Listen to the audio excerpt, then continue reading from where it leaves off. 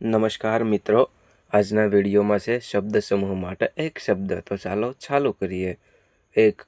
અંગૂઠા પાસેની આંગળી એટલે કે તર્જની. 2. ઇન્દ્રનો અમોઘ શસ્ત્ર એટલે વજ્ર. 3. કમળની વેલ એટલે મૃણાલિની. 4.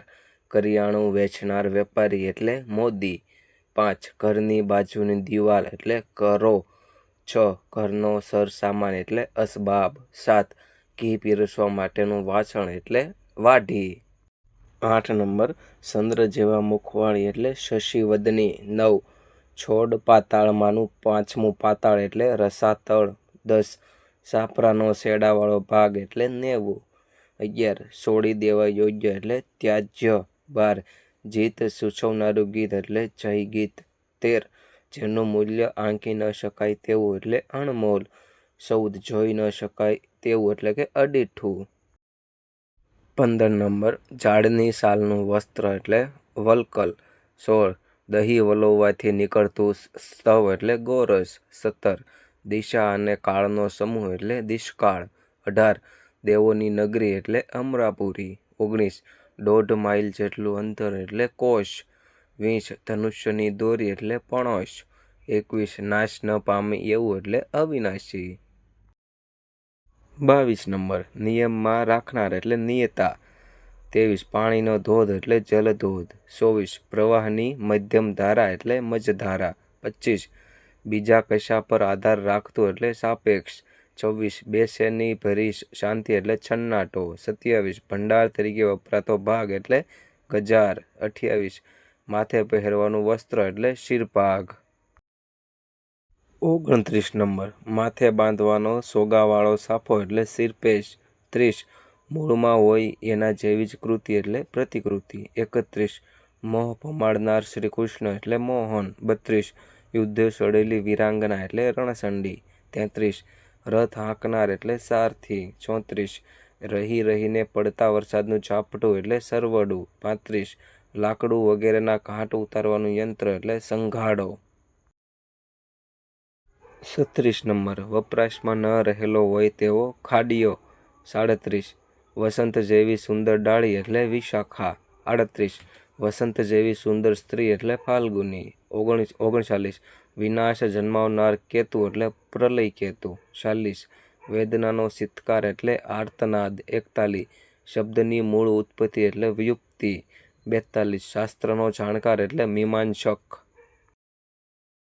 43. એટલે સંપૂર્ણ પતન થાય તે વિનિપાત. 44.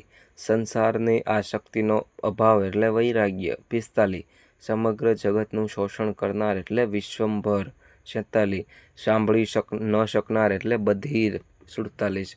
સામાન્યથી વધારે જ્ઞાન એટલે અતિજ્ઞાન. 48. સૂકા ઘાસના પૂળાની ગંજી એટલે ઓઘલી. 49. હવાઈ કિલ્લા સણનાર એટલે શેખ સલ્લી.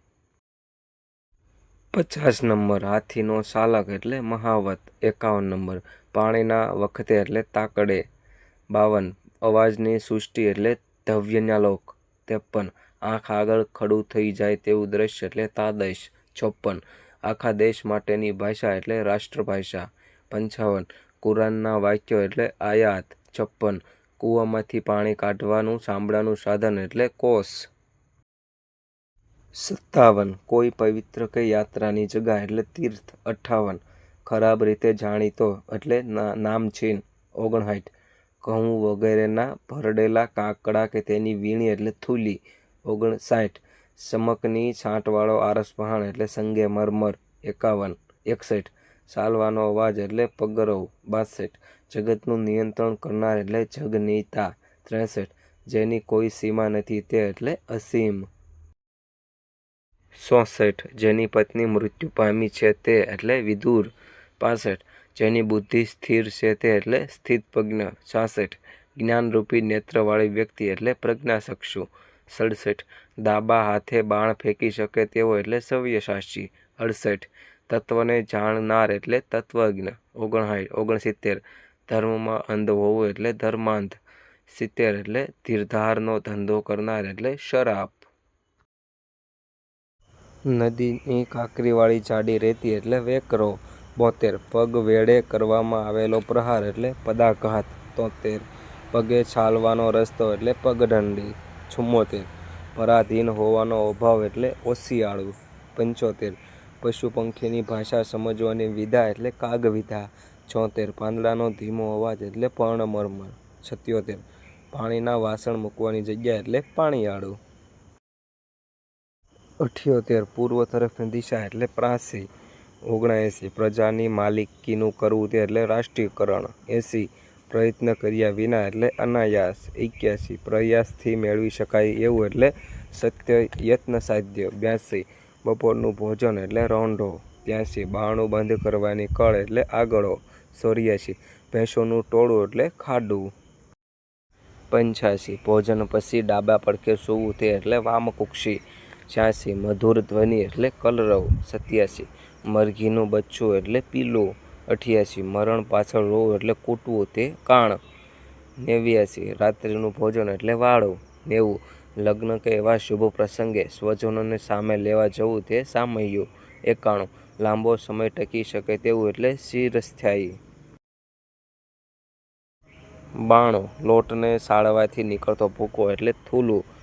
93 વહાણ ચલાવનાર એટલે ખલાસી. 94 વિષ્ણુના પ્રતીક તરીકે પૂંજાતો કાળો લીસો ગોળ પથ્થર એટલે શાલિગ્રામ. 95 વેપારીએ રાખેલ વાણોતર એટલે ગુમાસ્તો. 96 શેર કસાબમાં ભરાતું બજાર એટલે ગુજરી.